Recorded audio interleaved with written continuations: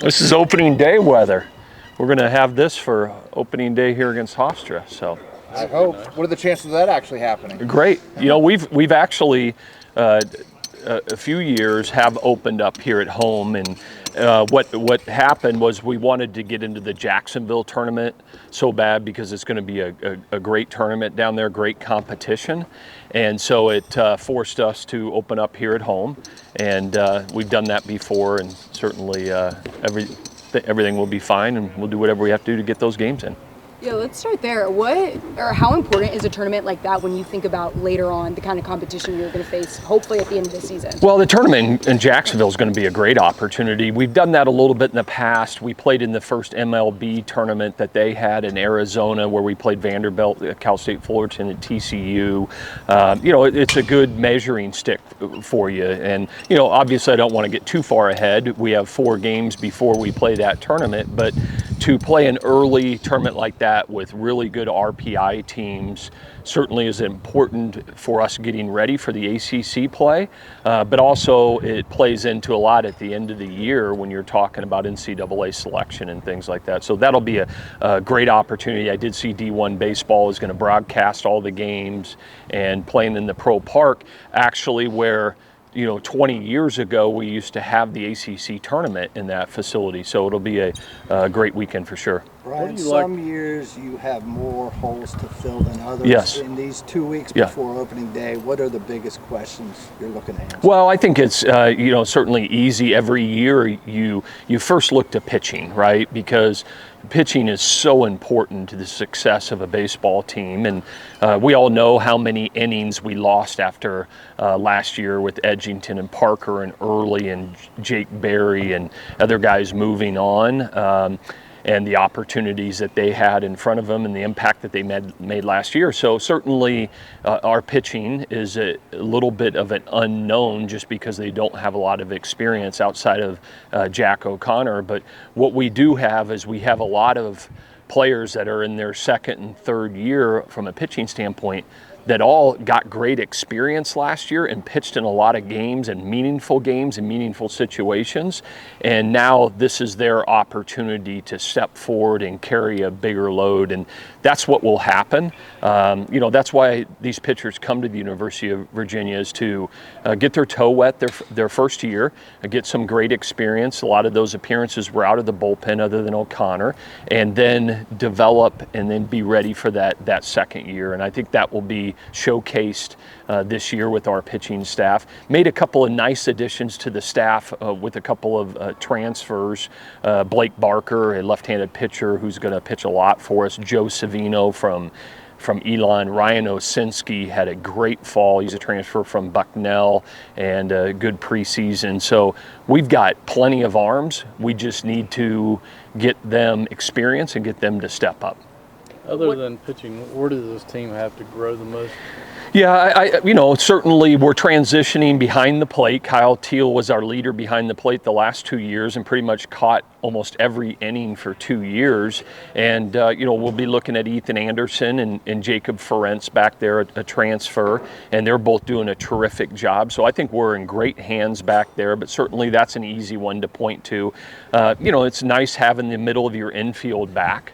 Right, but certainly replacing the power production that O'Donnell, Geloff, and Teal had, which was significant. All of them hit, from 2 to 4 in our order. But this is where, as you move on to the next year, hitters like Ethan Anderson move up, Casey Sauke, players like that have had incredible experience in our program, and it's now their time to be in that middle of the order type hitters. So certainly, when you're replacing your catcher and your center fielder, those are big roles, but we've got great candidates to fill those.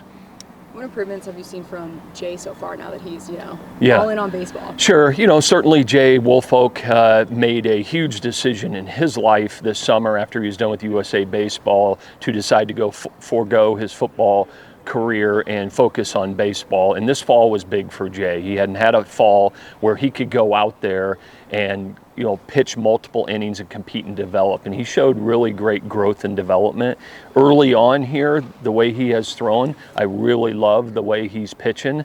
And so, just to be able to have that 5 or 6 months of baseball development underneath his belt, he'll be much better this spring, and he's going to be a key factor for us on our pitching staff. I don't know in what role. Right now, we're looking at him as a starting pitcher. He'll throw 3 innings in a scrimmage this weekend, and we're building those guys up. But certainly, Jay, him being successful for us pitching wise this year will be a big part of our success. It seems like for the last few years we come in here, we're talking about the innings that you lost. Yeah. Is this year a little different though because the young guys, you got some experience last year? Yeah, it is. We had the same conversation this time last year about the innings we had lost the year before and then replaced them with those innings with a lot of transfers.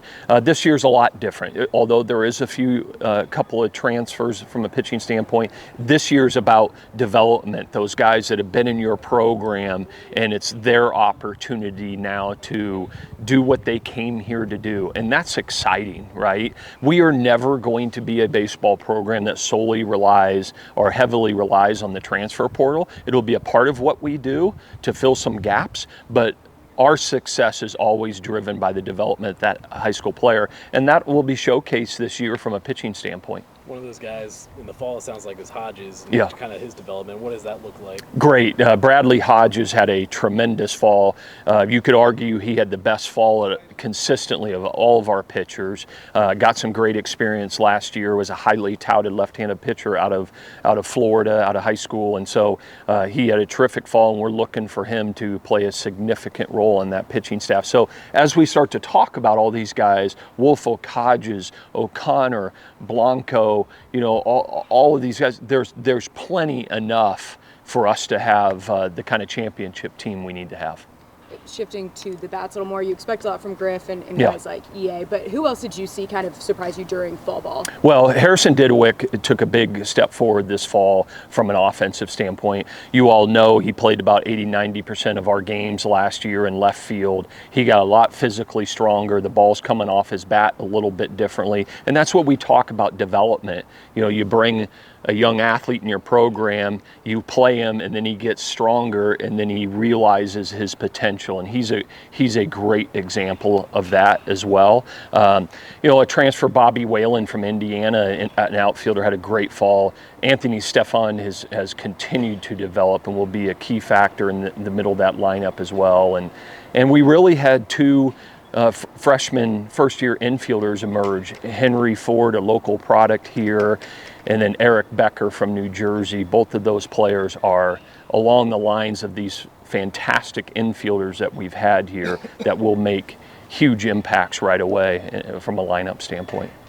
How has getting that taste of Omaha last year maybe affected the guys who are back now this year? Well, I think certainly first getting into the NCAA tournament is important on a consistent basis, but when you have a team that goes to Omaha and what they learned on that journey to get there is so pivotal, right? And they can reflect back on that, what happened last year, to help them through the challenging moments that we'll go through this spring. I reflect back to April last year when we got swept at Notre Dame.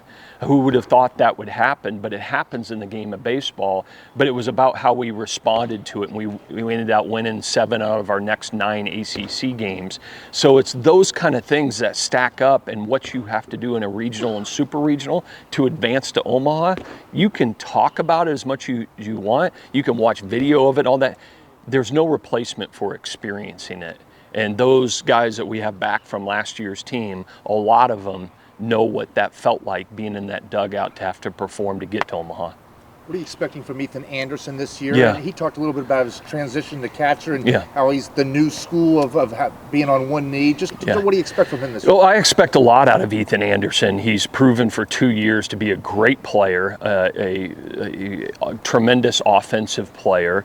I'm not asking any more of him right? Because he's been a great offensive player. We're just asking him to change positions. It's actually the position he came here to play. He was a catcher growing up in high school, and he's made a terrific transition. He had a really good fall back there, and will get a lot of playing time along with Jacob Ferencz back there. And so, and also too, from a leadership standpoint, he's been in the lineup every day for 2 years. He knows what it takes. He's a team first guy, military background, right? And he knows what needs to be done from a leadership standpoint. And so excited to see what he brings to the team this year, the whole package.